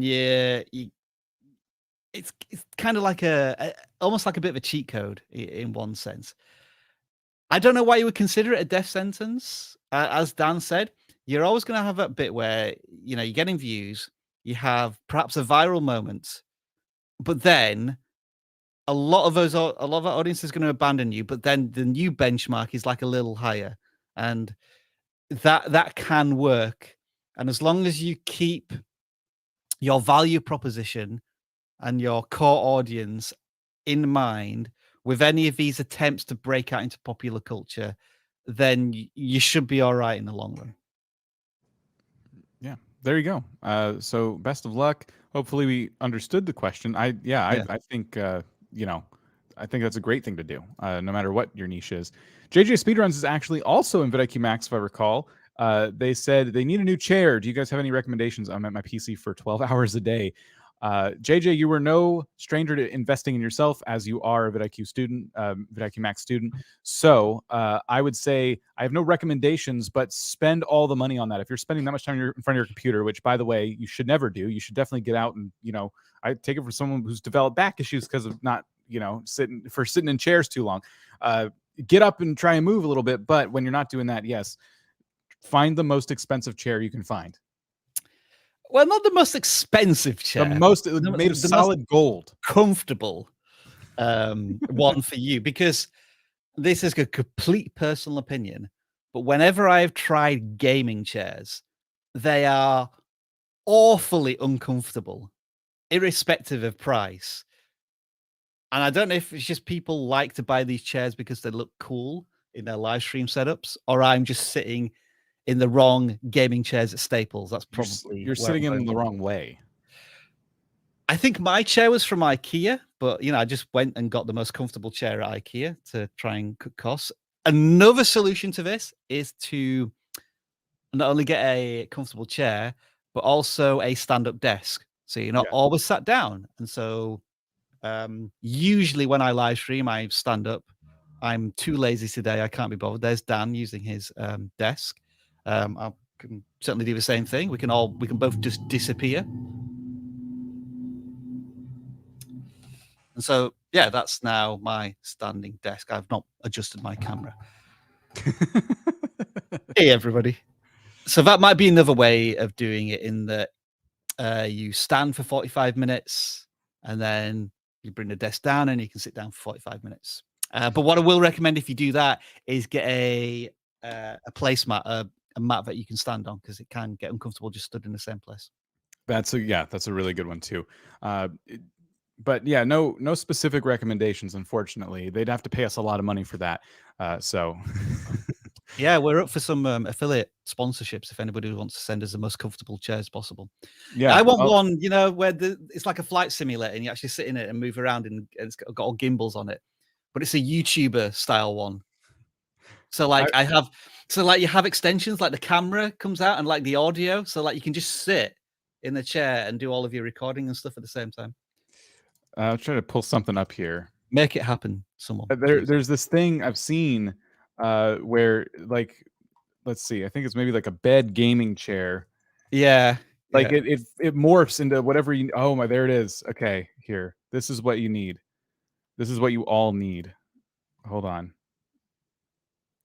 Okay, this is on The Verge, so it's safe. Let's see. Did it share that? There we go. There it is. Blimey. Trying to zoom in on it. There we go. That's what you do. There's problem solved. All the problems, every problem you have is just solved with this one item. How much is it? I'm seeing $1,048. The full setup, which turns 8 different products into a cocoon, costs roughly $1,048. That doesn't sound very comfortable at that price. I mean, there are mattresses that cost more than that. So maybe not this exact product. I don't know. Just do some research. But there's definitely solutions out there for you. Okay, a couple more questions before we get back to some random selection for your channels here. Is there a legal way to get monetized under the age of 18? Yes. When you apply for monetization, you agree to terms of service, and what you will need to do is get your parent or legal guardian to do it on your behalf. So yes, you can monetize, but obviously you're going to need help to do that, and also probably a parent to help you set up a bank account in order for you to get paid into it. So yes, that can be done, but you're going to need your parents' help. So if you haven't told them yet that you started a YouTube channel and you've reached monetization and you want to earn some money, you may have to tell them what you've been up to. And from Gamer Bro here, is it normal for YouTube channel growth to slow down a bit when you are nearing the first 1,000 mark? For example, I was getting 50 subs a day. Now I'm getting 20 subs a day. Do you want to go first? I wouldn't say there's like oh, that's not how it's supposed to be kind of answer, or that is how it's supposed to be. I think it really depends. It's always going to depend on the content you're putting out there, right? Like some videos, some types of videos bring in more subscribers than others. If you've taken a step back from uploading the types of videos that tend to get more subscribers than the ones that typically do bring in more, it will slow down. That's just how it's going to be. It's not because you're nearing 1,000 subscribers. I think wherever you're at right now in terms of subscriber count has nothing to do with where you're headed. It's all about the content that you're putting out there, in my opinion. Yeah, and YouTube doesn't, in any way, shape, or form, no matter how big or small you are, put, I guess, anchors or handicaps on your channel, unless they're actually actively restricting your content, which we'll just assume they're not doing. It's just the ebb and flow of YouTube. I'm just having a look at your channel in the background. It's a Minecraft channel. It may have been that you picked up on an interesting trend a few weeks ago that was bringing in a lot of views. That trend within Minecraft has faded a little bit. Or it could be that we're now getting into the summer months and kids are now getting off of school. They're on summer holidays. They're not watching as much YouTube. It could be one of those seasonal things. I wouldn't worry about this in the short term, like over a couple of days, couple of weeks. If there's a long-term plateau on your channel, then that might be something more symptomatic with the content that you're creating on your channel or the competition that you're up against. You know, the landscape's changed. But if you are going to be a content creator for a long time, you're going to have these moments of gradual ups and downs. But as long as you're generally going up into the right every year, then you're probably doing something right. So thank you for your questions. We might look at a couple more throughout the stream, but we just wanted to take a quick break from looking at channels to answer some of your questions. So thank you so much.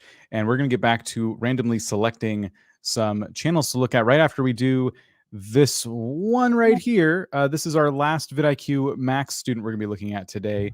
We wanted to pull this one up in particular just because it was such an interesting, different type of channel. And now it's funny because we've actually seen a similar channel today with the timers, but this one is a little bit similar in that it's not going to be somebody who's coming on, at least we assume it's not going to be somebody who's coming on and giving us an intro and all that. It's 10-hour videos of different sounds and vibes, basically. So we have rain, we have keyboards, we have cat purring. So take your pick. Which one would you like to see? Usually we want to watch like the first 1% of a video, but in this case it would still be about 20 minutes. I think we have to ask some channel questions first of all, Dan, before we look at these, because all right, I think we're not going to get much from like watching one of the videos for too long, but we will do. Interesting that each video is exactly 10 hours long. Can you just click on one, because I want to know if they were previously live streamed. I'm presuming they weren't, like they weren't premiered or anything. This is just video on demand, right? Look at the timestamp. That's funny. If you scroll down, there's two timestamps. Intro, dark screen. So like for the next 9 hours and 59 seconds and 30 seconds. 9 hours, 59 minutes, 30 seconds. Okay, so I guess this is the intro. They're preparing people. Yeah. So it after this, this all goes away. So you can just fall asleep. Yeah. With this keyboard typing in the background. That's not you. No. That's the. Right. What did you think we were watching? I don't know. It just sounded like it was coming from you, and you were in like a strange position on your chair, and I thought you were actually typing. So that's the video. Okay. For 10 hours. And it's a dark screen throughout. Is it the same for all of them? Like, is every single one a dark screen? I have a feeling that's yeah. Yep. Right.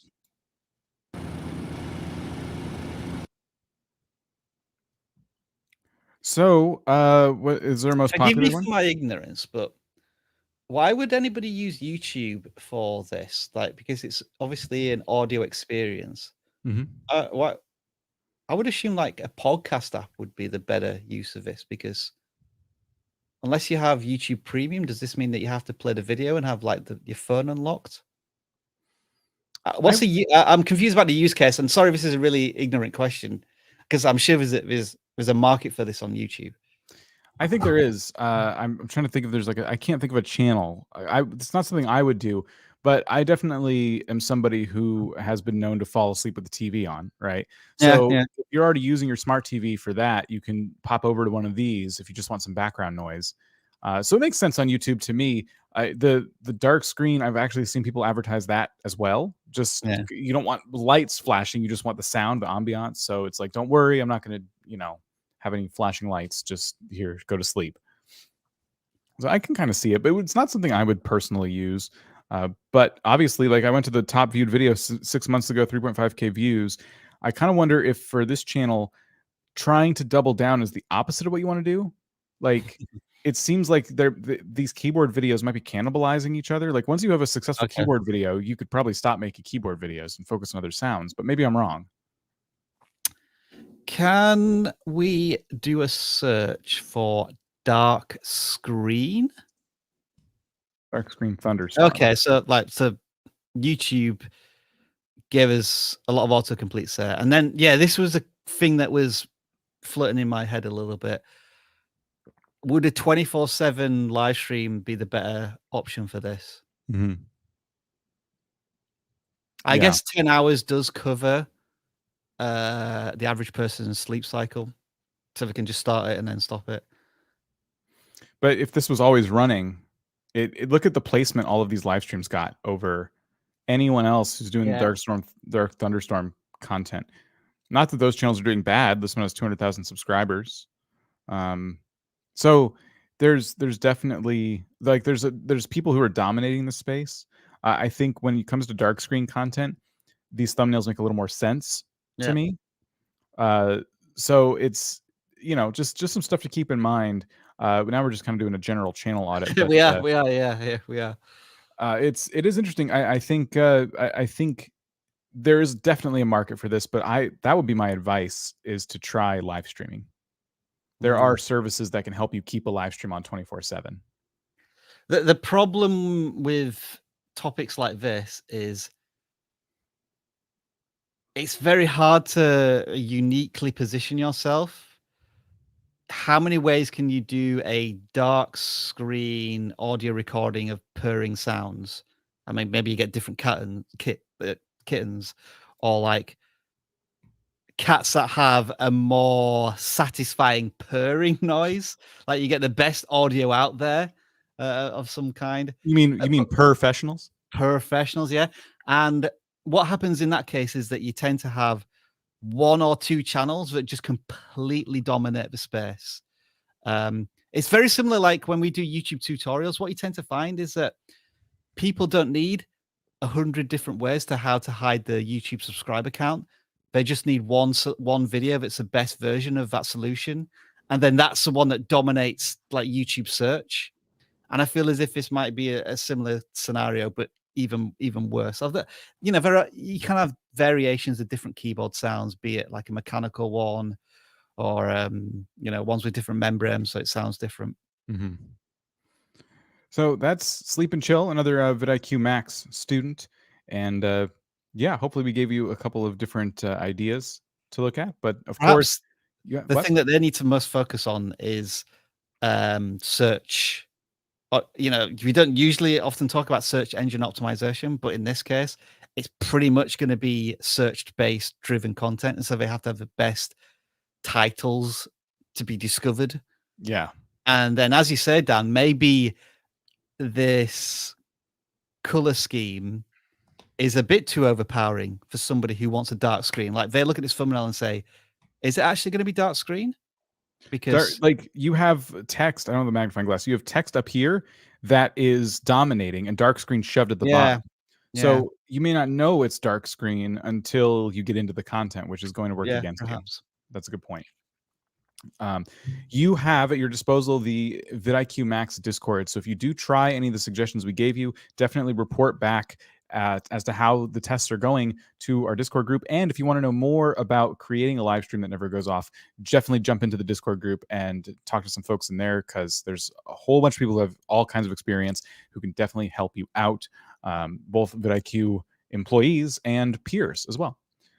So VidIQ Max link down below for those wondering how to get in on that. Let's draw another channel out of 518 entries that we have, and we will randomly select a channel to look at and check out your intros. Look at that, Snuggly Snorlax. We've entered the likes inception zone where we now have more likes and concurrent viewers. I kind of like it and hate it when that happens. It means that people have liked the video and then left. Yeah, it's okay. They left their likes behind. We appreciate it. All right. So Snuggly Snorlax looks to be a gaming channel specifically playing, what's that World of Warcraft card game? Hearthstone. Okay. So channel focus on 0.31 minutes ago, you uploaded this new video. Let's take a look. Did I scare them? Can I scare them into... No. Okay. Well... Hello, Snugglebuzz. All right, let's stop there. Let's stop there. You see, they took my advice. They did the 1 second bump, bump, bump intro. That's it. Oh, true. So they did a hook, but the hook had no context. None at all. You have to really be assuming that the viewer knows exactly what you're talking about for that hook to work. Because it's presumably about the game. Yeah. But there was no evidence of the game there. Mm-hmm. It was a reaction to something, but that something wasn't teased at all. Mm-hmm. So right idea, wrong execution. Yeah. When it's just you and no game in the background, there was that moment where I'm like, oh, is this a Hearthstone video? Or is this like a vlog about Hearthstone? Because not everyone uses those types of hooks, right? So it's kind of, people aren't conditioned to just understand, oh, we're doing a thing. We're doing like a hook. This is later in the video. So you got to give them just a little bit more, and make the screen in the format it's in now, where you're in the corner. So at least we can see what's kind of going on, Maybe they don't always do it that way. They could punch in during the hook. That feels good. That felt very good. Hello, Snugglebuzz. Welcome back. So it's emotion and reaction without context. Yeah. I'm not because I can't see what was satisfying and good. I can't share as a viewer. I can't share in that experience. Instead, I would have taken. So if there's, I haven't played this game in so long, but if there's points that are racking up as that action's happening, I would have zoomed in on those and then gotten my reaction. That felt good. And then you jump into the video where it's, you on camera, like, okay, welcome back, and let's watch a little bit more. Sure. To another Road to Legendary for the month of June. We're I know we just played this recently on the channel, but we're going to use some Fell Demon Hunter, mainly because of the 2 new cards from the Sunken City mini set that I really want to try out with Fossil Fanatic. So after your hero attacks, draw a Fell spell, which helps thin out your deck as well as give you those Fell spells to feed into your Jace, as well as Herald of Chaos. It's Battle Craze. If it's a 3/4 lifesteal minion for 3, which is actually not terrible as I'm completely lost at this point. That's not necessarily a bad thing if your intent is to make content for the hardcore Hearthstone enthusiast. But it doesn't. But even I guess for enthusiasts of this game, you're making it a little bit inaccessible because it feels like you're talking about things that you've done in previous videos, and I wasn't there to share that experience. Where's Dan going? He's sitting down now. What do you think, Dan? Would you agree with me there that it felt a little impenetrable what they were talking about? I was going to say that it's yes and no. I think they were doing a good job of explaining, but they were doing a good job of explaining for a certain level of player. Now, there was no promise that this was going to be a tutorial for somebody who's... Granted, yeah. Right. So there is that, but there is... You and I understand this because of the kind of content we make, right? Like, we're always trying to get somebody who's at the start of their YouTube journey and pull them in before they get lost so we can help them out, right? And when we see content that goes over our heads, we see an opportunity. We see this opportunity to like, oh, well, you could really be teaching me right now about this game. And because right now you're kind of talking over my head. Like, I don't really understand this game too much. So I guess that is to say, take our advice here with a grain of salt. Maybe you're comfortable catering to the audience you're catering to, but Rob does raise a good point, because even as someone who's played this game, I'm like, I'm kind of following what you're saying, but ultimately I'm way out of touch at this point. I don't have any cards. I haven't been collecting. I haven't been playing, so I'm way out of the loop. And you're telling me something isn't that bad, like, oh, they're using this card and that's not so bad, it's good. And I'm like, I'm just inclined to believe you, because there's nothing else I can do, because I'm just lost. Here's 3 questions. Was a challenge presented at the beginning of this video? I was so lost that I couldn't really follow anything that was being explained. So did this person create a challenge that we're trying to do? It didn't seem like it. It seemed like they were going to. They're doing. Oh, it's the monthly challenge. So like the game has these monthly like things you can try to achieve. They're doing that. Okay, so that should be something that you should be able to communicate to anybody, even if they don't understand the game. And I didn't even realize that. Were any stakes posed? Not that I heard. Okay. And if you look at the thumbnail, we're talking about a new top deck. Was there any mention or reference to this? I think he did mention he was going to be using some cards. Is that right? Let's watch a little bit again. Should we try and watch it again? Yeah. Hello, Snugglebugs. Welcome back to another Road to Legendary for the month of June. We're So he said Road to Legendary in the month of June, which, by the way, it was a little bit hard to understand that, like the enunciation. If I'm to really nitpick, it took me. I had to re-listen to that. Yeah, that's what he's kind of saying. Okay. Now, we just played this recently on the channel, but we're going to use some Fell Demon Hunter, mainly because of the 2 new cards from the Sunken City mini set. So we're doing it because there's a new thing. Right. Also, I don't know that you haven't played this in a while, and as a new viewer, I don't care. So just keep I'm not saying that to be mean. Like, just keep that in mind. Someone new could be watching this. That's the kind of extra words in your intro that could cause them to click out. Make them feel like, oh, I should have been here before, I guess. So just little things like that I pick up on. Really want to try out with Fossil Fanatic. So after your hero attacks, draw a Fell spell, which helps thin out your deck, as well as give you those Fell spells to feed into your Jace, as well as Herald of Chaos. Its battle cry is, if it's a 3/4 lifesteal minion for 3, which is actually not terrible as it is, but if you've played a Fell spell while it was in your hand, it actually it actually also gets Rush, which is, in my opinion, pretty amazing. And so we're going to just give this a shot. I actually enjoyed this deck the way it was. We also added Leg in here. We took out some of the lifesteal Fell spells because it's really tough, because as somebody who's watched like videos with like MMOs, for example, they're the audience that does watch like MMO content, they are at this level, you know. So I am worried, just again, grain of salt, when we say bring people in who may not understand the game. You might be better off, doing what you're doing. So again, I just wanted to re-say that. You did raise a point that I was thinking about, Dan, in terms of audio. And at first I thought, am I struggling to follow this because the audio quality is lacking? And I don't think it is. I think the microphone is of a good standard, but maybe the narration here is a bit fast, or a bit quiet, or a bit mumbled.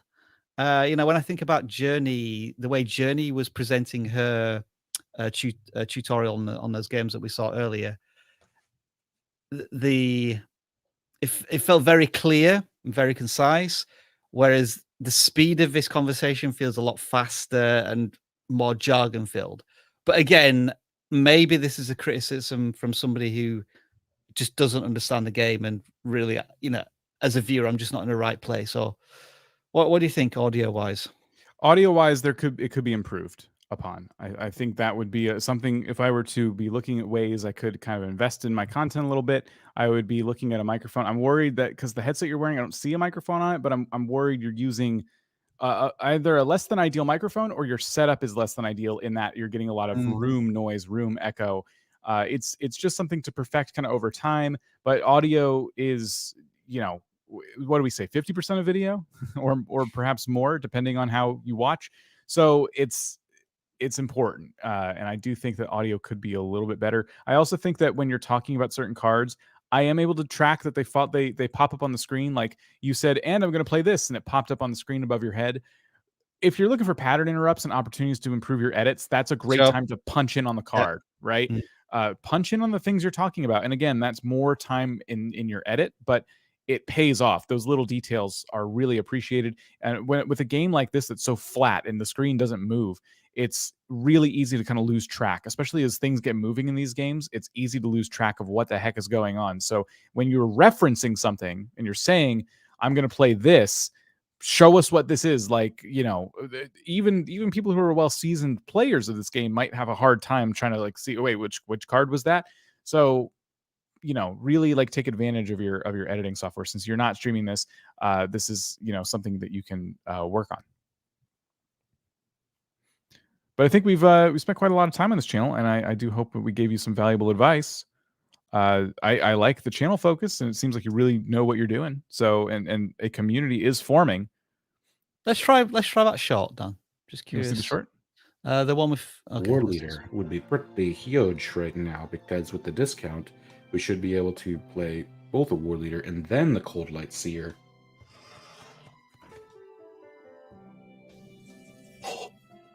War Leader would be pretty huge.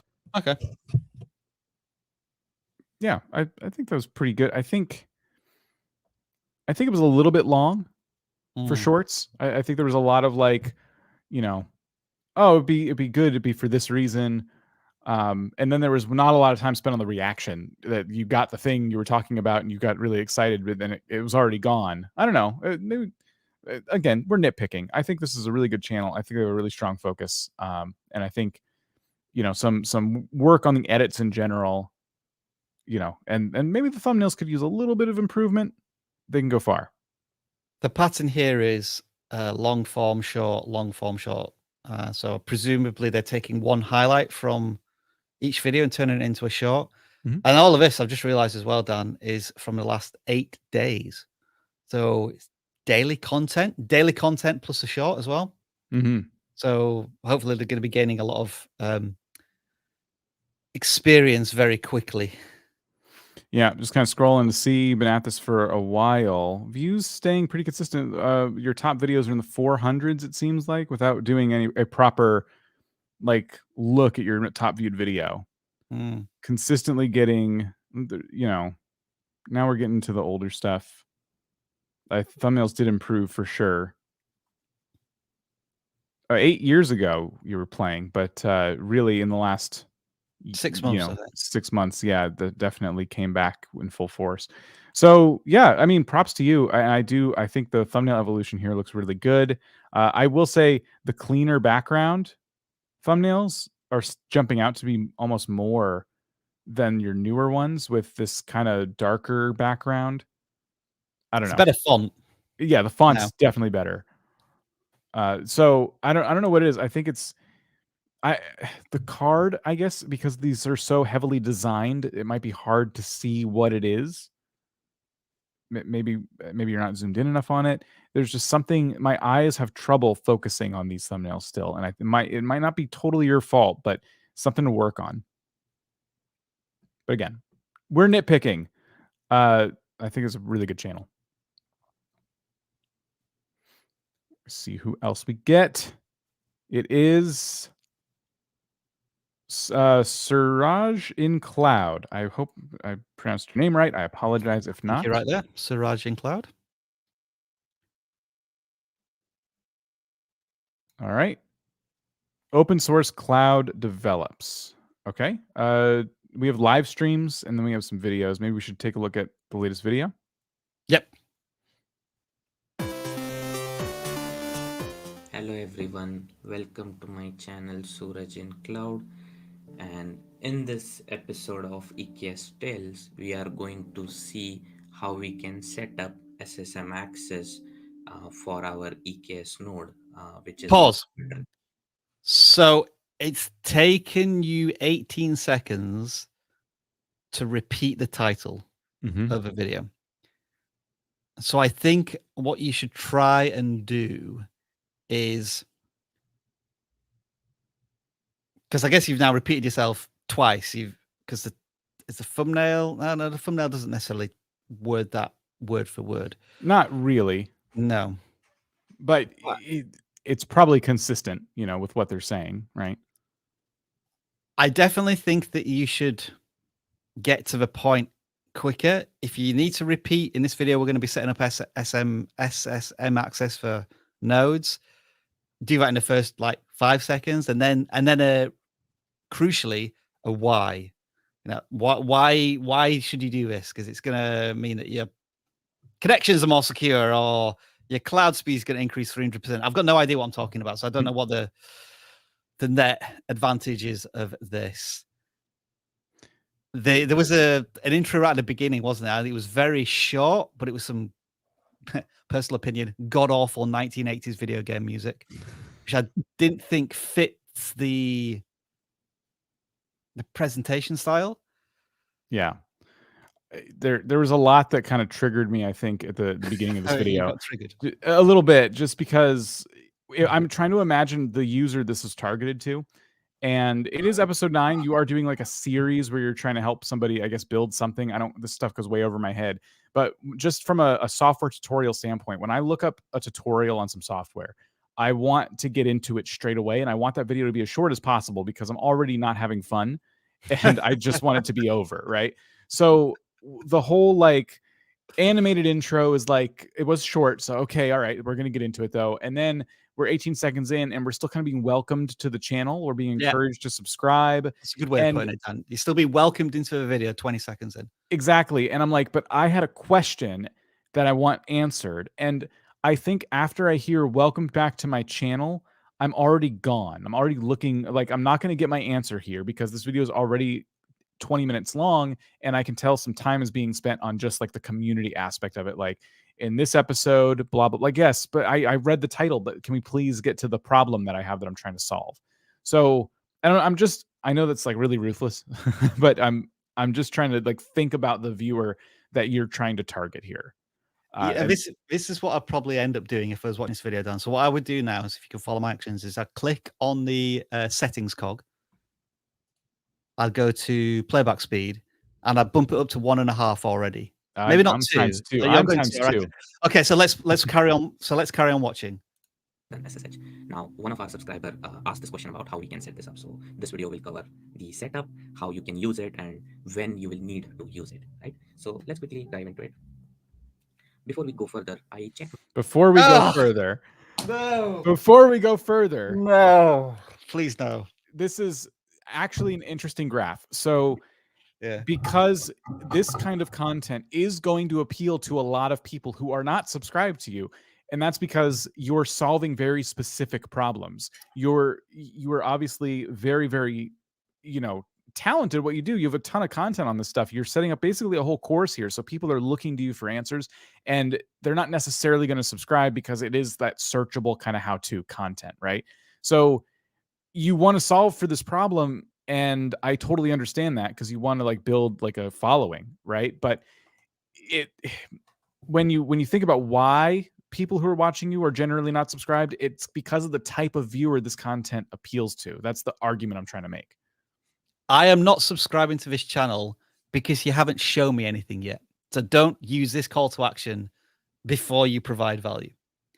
Let's carry on. My YouTube analytics, and 85% of the viewers were not subscribers. So yeah, if you're watching the video, hit the subscribe button. Thanks. That took 20 seconds. What is SSM really? It is called Session Manager, and it is the utility of AWS System Manager with which you can establish a session with any EC2 instance in AWS. With the help of SSM, you don't need to open any inbound code, such as in the case of SSH, you may have. So we're finally into it, about a minute in. It's clear, and as you say, Dan, it's clear that this person is a subject expert. Mm-hmm. And it also seems clear, if they're going to be doing what looks to be a presentation of some kind, that they've put a lot of thought, time, and effort into this, which is fantastic. And you're probably, from this, I'm getting credibility. But it's taken, what, 1:20 to get here. And so it's all of the chaff beforehand that needs to be trimmed down a lot. Right. So other than the intro, we're assuming that the video gets on track. It's probably as long as it needs to be. You're not just explaining how to do it, but what it means. You know, you're really giving people, they're taking away a very valuable understanding of what it is they're going to build by the end of the video. Just let's take a look at the outro. Yep. I'm looking for the point where all the screens go away. So we're done with the tutorial about right And, here.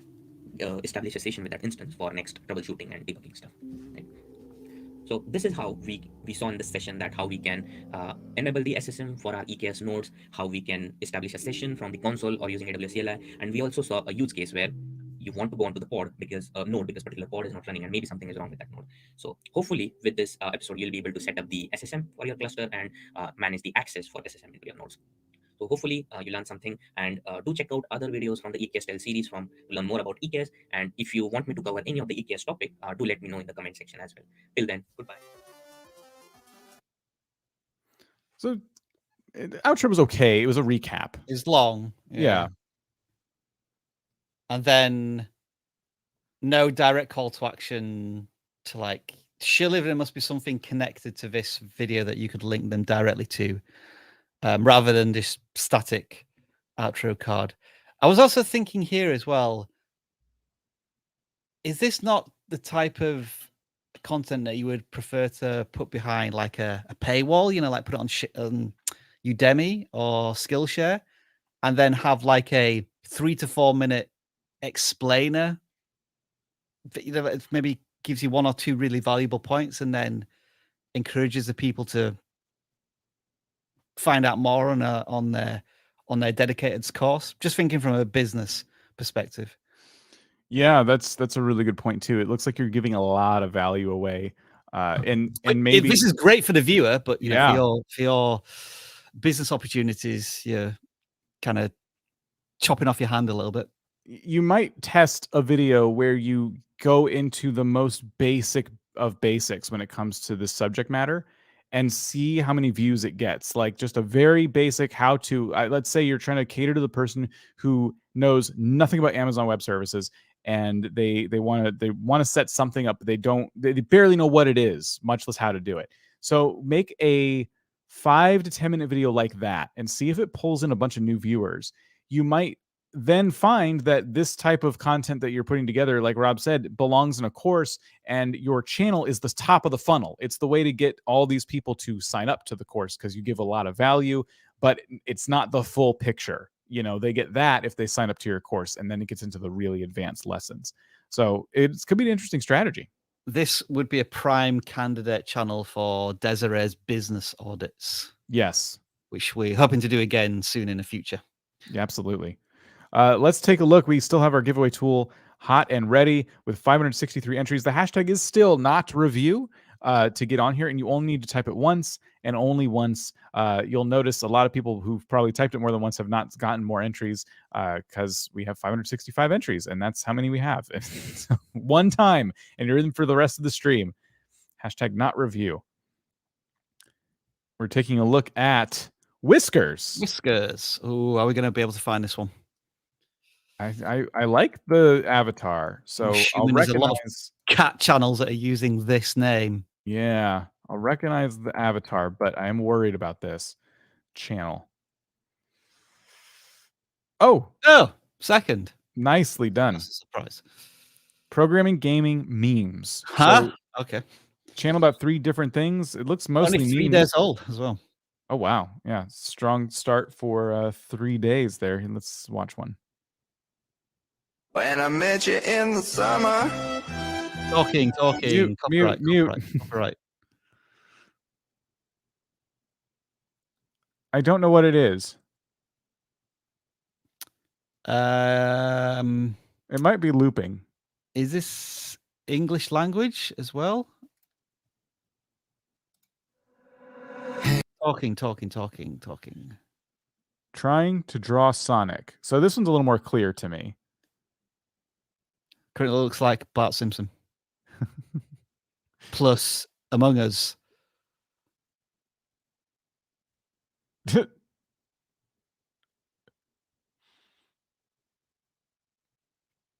I think it's moving a little slow. It started off pretty good, but you trying to find the right tools to use needs to be cut out. Was it? You're trying to find the fill tool. Yeah, like, oh, that's not it. No, that's not it either. Yeah.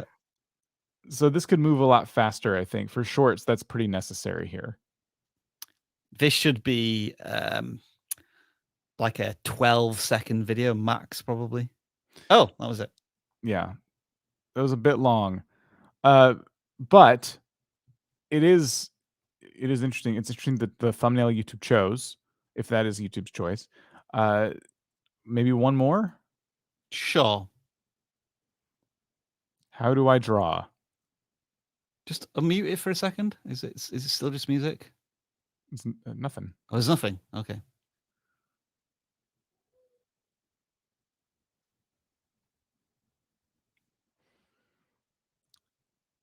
So I'm a little bit less.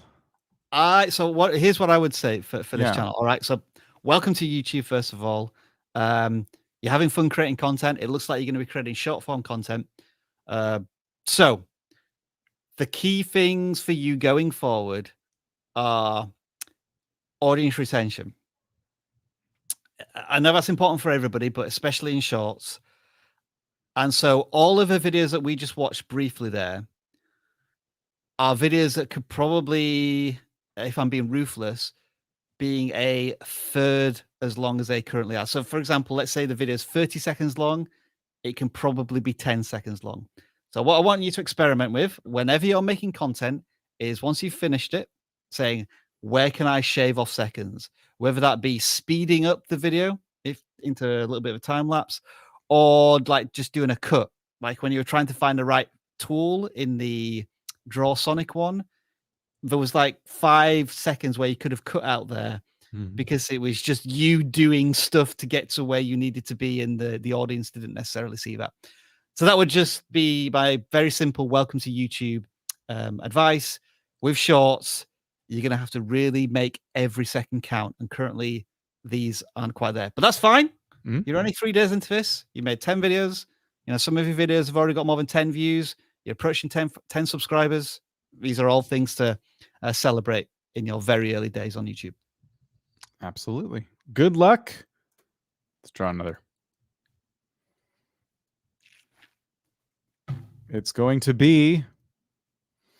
I saw a Wordle channel there. Oh, I wonder if they're having struggles recently, because like I played Wordle religiously for about 50 days, and then all of a sudden I'm done. I'm not playing it anymore. I'm still playing it, but it's easy for me to forget about it. I think I played it today and got it in 3 though, so I was pretty proud of myself. Okay, let's add some caveats, Dan, before we jump into this channel, because I've got some first impressions. Yeah, it seems like we need some caveats. Is this your content? That's classified. If it's not your content, are you transforming it enough to make it something new and original? Because you may have success with this content, but going forward, if you want to turn this into a business, if you want to monetize it, you're going to run up into 2 potential problems, those being reused content or repetitious content, or possibly even copyright content. Now, I'm just doing that as a first impression based on your channel name and your thumbnails and your titles. I could be completely wrong. This is where we're going to find out what the channel's about. I'm going to look at 2 shorts. I'm going to look at this one. I'm going to look at this one because it looks like they're from different creators, and I see a watermark from TikTok on both of them. I'm going to look to see if the watermark is different. Yeah. Where is it? I saw it in the thumbnail. It's there over on the left-hand side, but it's kind of like blurred out. I don't know if that's intentional. Okay. Oh, it's like 3 different. Okay, they've chopped it up 3 times. Okay, so there's one. And that's a different one. Yeah. So unfortunately, we can't really help you because we can't really tell you how to improve your content if you're taking other people's content. Because it's not yours. It's not yours. There's no improvement to make other than making your own content. So we will draw again. For those asking, you would need to type #notreview today in the chat and hit enter. And that's how you enter the drawing. That's how we do this on Wednesdays, just so you're aware. Not on Tuesdays. Tuesdays, there's a form, but not today. Classified TikTok. I made a video recently about the challenges of montage videos on YouTube. So do definitely check it out. There's a channel recently called News Be Funny. Big channel. They've been around for years. And they did montages of news stories that were funny. And almost overnight, their channel got hit with all sorts of restrictions on their content, and they had to completely change it and make it transformational. And I think that's the same thing that you're going to encounter if you continue on the route that you were going. Yeah. So the next channel we're looking at, we'll try to get through here pretty quick. It's Chunky Milk Cinematics. Let's check it out.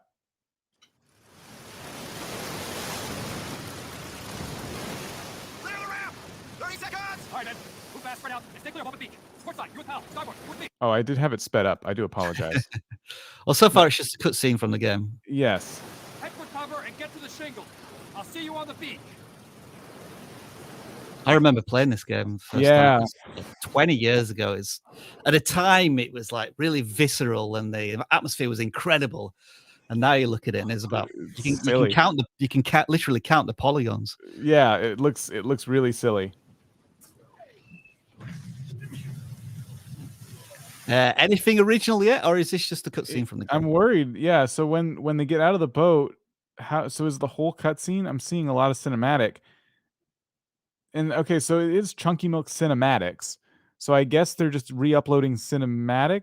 Go to the about section. Is it? Are they saying that they're creating original? No. So you'll just find the best Call of Duty cinematics. So it's going to be a similar advice to the previous channel in that we can't tell if this is original content made by you. Therefore, going forward, you may get views, but the people aren't coming to watch you and your channel.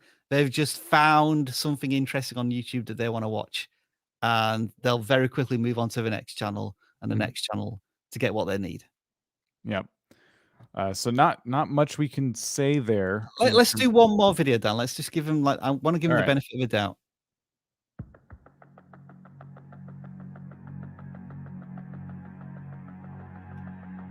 Okay, this is taking too long. I think that's because of Modern Warfare.